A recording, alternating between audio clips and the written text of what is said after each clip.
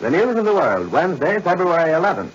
Once again, Columbia prepares to call in its correspondents in various world capitals to give you the latest news by shortwave radio.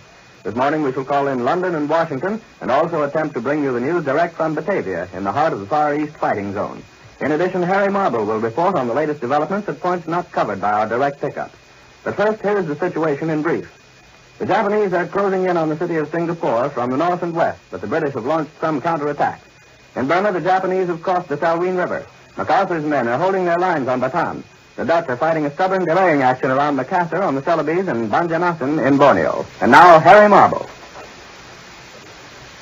Before calling in Batavia for the report of William Dunn, here is the latest news of Russia. The Red Army announced this morning that the Germans have lost still another general.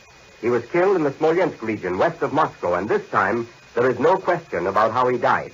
Soviet guerrillas blew up the staff car in which he was riding. The Red Army continues to carry the fight to the Nazis.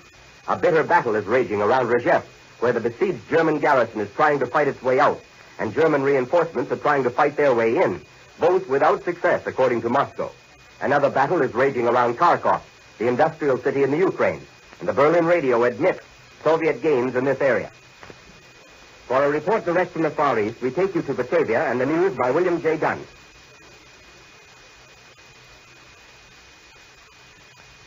This is Batavia. Fighting continues tonight along the southwestern arm of the island of Celebes, where the Japanese are carrying out landings at points nearly 100 miles apart. Tonight's communique of the NEI fighting forces says that landings have been effected at Malang-Nipa, Yenaponto, and Barambong, as well as at Makassar. Few details are available.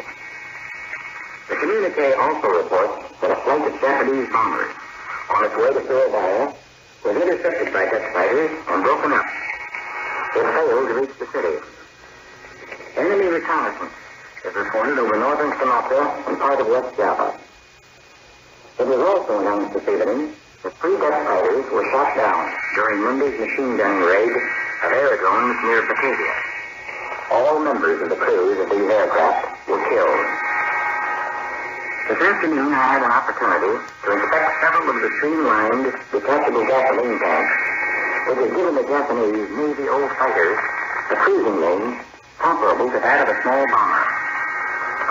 These tanks, dropped in the vicinity of Batavia during Monday's raid, resemble a small torpedo, about 7 feet in length and 24 inches in diameter.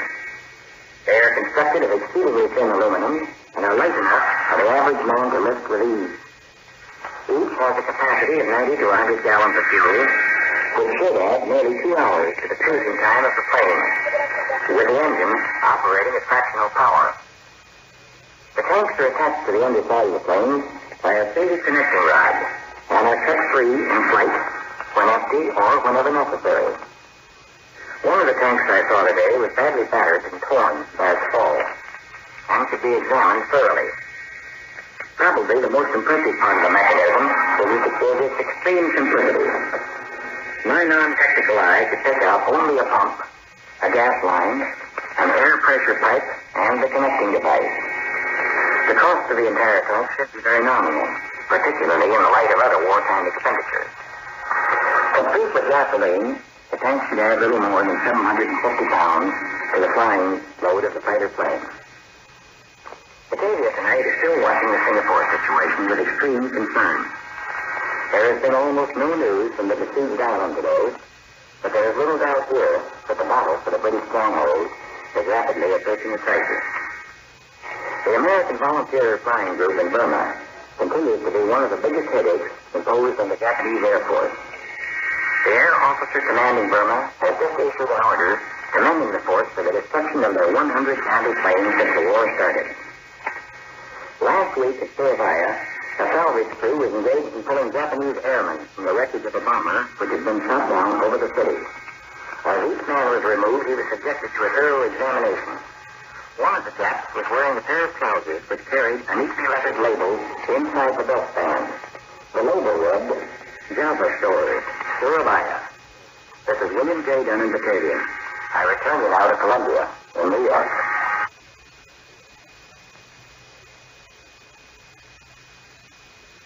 Next, across the Atlantic for the news direct from the British capital. And now to London and Charles Collingwood. Good morning. This is London. British resistance at Singapore is stiffening. An authoritative London commentator said a few minutes ago that the British are counterattacking and that their counterattacks are meeting with some measure of success. It is reasonable to say, said this authoritative source, that the situation is certainly no worse and there are indications that it's better. The British are counterattacking toward their original line from which they withdrew day before yesterday. They are also attacking against the second Japanese landing to the north. A broadcast by the Malaya Broadcasting System this morning says that the Japanese are using the better part of 3 divisions against the Singapore defenders. The broadcast went on to declare that all useful installations in the great Singapore naval base have been blown up. Ships of the British and Dutch merchant navies are daring the almost continuous Japanese bombardment to dash in and out of the harbor, evacuating as many women and children as possible. All reports from Singapore say that the civil population are reacting with complete calm. Smoke from burning oil stores in the north of the island rises like a great pillar of black cloud by day, and by night gusts of wind whip the fires into towering tongues of flame. Against this background, the life in Singapore City provides another curious example of the way in which old habits and ways of life persist through the most fateful situations. People are going on working in Singapore just as usual. The buses and the rickshaws make their normal rounds. People dress up and go to a tea dance at the big hotel. Perhaps most surprising of all, people stand in line to get into a movie. It's hard to say just what else they might do. They would only be a nuisance in the fighting line or on the road. People in London acted the same way during the days and nights of the great German air raids. There's no particular moral attached to it. It's just surprising to see how people act while their destiny is being fought out around them. The affair of the Vichy supplies to the Axis forces in North Africa is still causing a great deal of interest and some concern here in London. Although the supplies don't seem to have been large, the British Minister of Economic Warfare confirmed in the House of Commons yesterday that they were being sent. There's been a great deal of speculation about just how these supplies get to Vichy, North Africa. Today, an authoritative London commentator suggested that they had almost certainly come in French ships. These ships were probably sent either from Italian ports or from French ports. The supplies actually got to Rommel's forces by road and rail from Tunisia.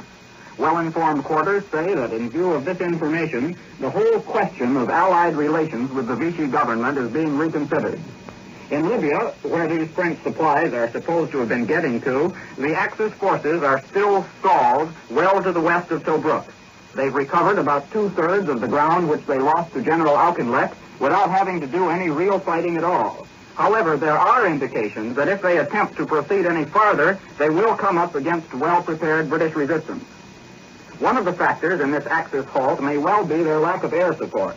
The RAF has almost uncontested air superiority over the forward area. British fighter pilots report that they are meeting with almost no opposition from the Luftwaffe. The Royal Air Force was also active in the west last night. British bombers attacked Bremen and other targets in northwest Germany, and once again, bombs were dropped on the docks at Brest. The RAF is doing its best to see that the Scharnhorst and the Gneisenau stay put. This is Charles Collingwood in London, returning you to Columbia in New York. For the news in our own nation's capital, we take you to Washington for the report of Eric Sevareid. Today is the national holiday of Japan. Some authorities in Washington, whose job it is to carefully check the progress of the Philippine fighting each day, believed last weekend that the Japanese would try to complete the capture of the Philippine Islands in time for today's celebration. This morning it appeared that Singapore might fall before the Philippines. But there is a feeling here that the final hour of trial for MacArthur's men is now at hand. The fight for Luzon has continued 65 days. No one here any longer speaks about reinforcing the men in the Philippines. And for what material can get to the Far East, other areas with more chance have priority. There's little speculation about MacArthur's chances of evacuating. It's believed by many that the small group will first try to withdraw to the Corregidor Fortress in Manila Bay. That fortress probably could withstand a fairly long siege, but it's recognized that would be defiance without hope. As the two forces line up today, something less than 20,000 Americans and Filipinos are facing something more than 100,000 Japanese. The military problem of coping with the Japanese in the Far East has a parallel in the legal and administrative problem of coping with them on the west coast of the United States.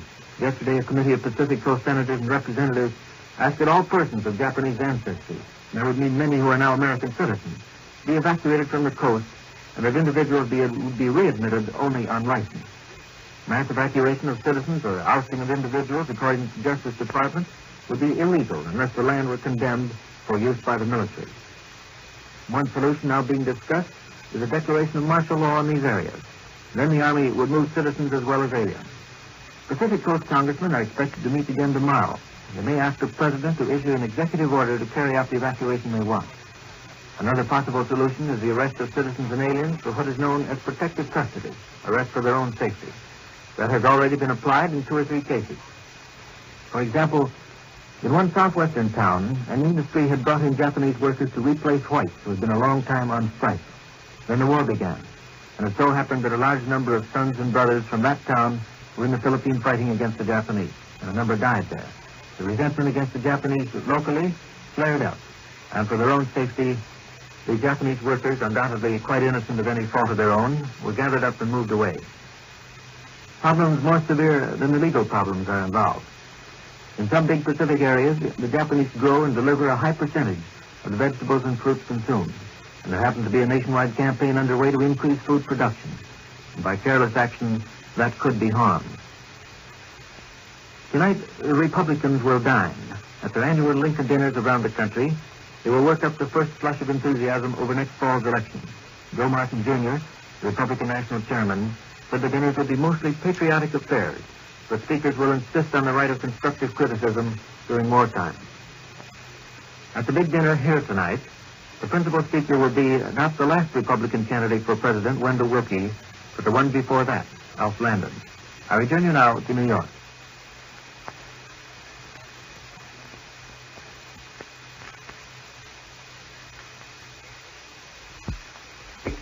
The word security, the great illusion. In every capital of the Allied world, there were bitter charges that there had been too much of the illusion of security, too much complacency, too much lethargy. Australia threw away the word security. Mother India forgot it as the Japanese opened up their all-out drive on Burma. Britannia, ruler of the waves, found that her own Straits of Dover were no longer impregnable. Singapore, with its hundreds of millions of dollars worth of fortifications, thought bitterly of that word security. And America's leaders warned and warned again that we are taking a licking in the Pacific. The warning came from Donald T. Nelson himself, the industrial czar of our war effort. Even America's own shores were not secure in their rock-bound distance from the enemy camp. Submarines working off those shores had proved it. It was proved again in flames, fire which swept the line in Normandy, a blaze started by carelessness. The critics of these appalling setbacks pointed to but one factor: false security and gross and utter carelessness.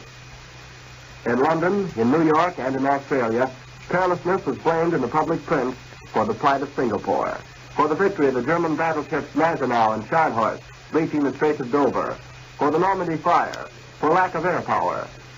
In all the highlights of the week's news, there was but one highlight for the Allies, only one bright spot, and that, the disclosure of the terrific damage wrought by the American Navy in its attack on the Japanese-held Marshall and Gilbert Islands.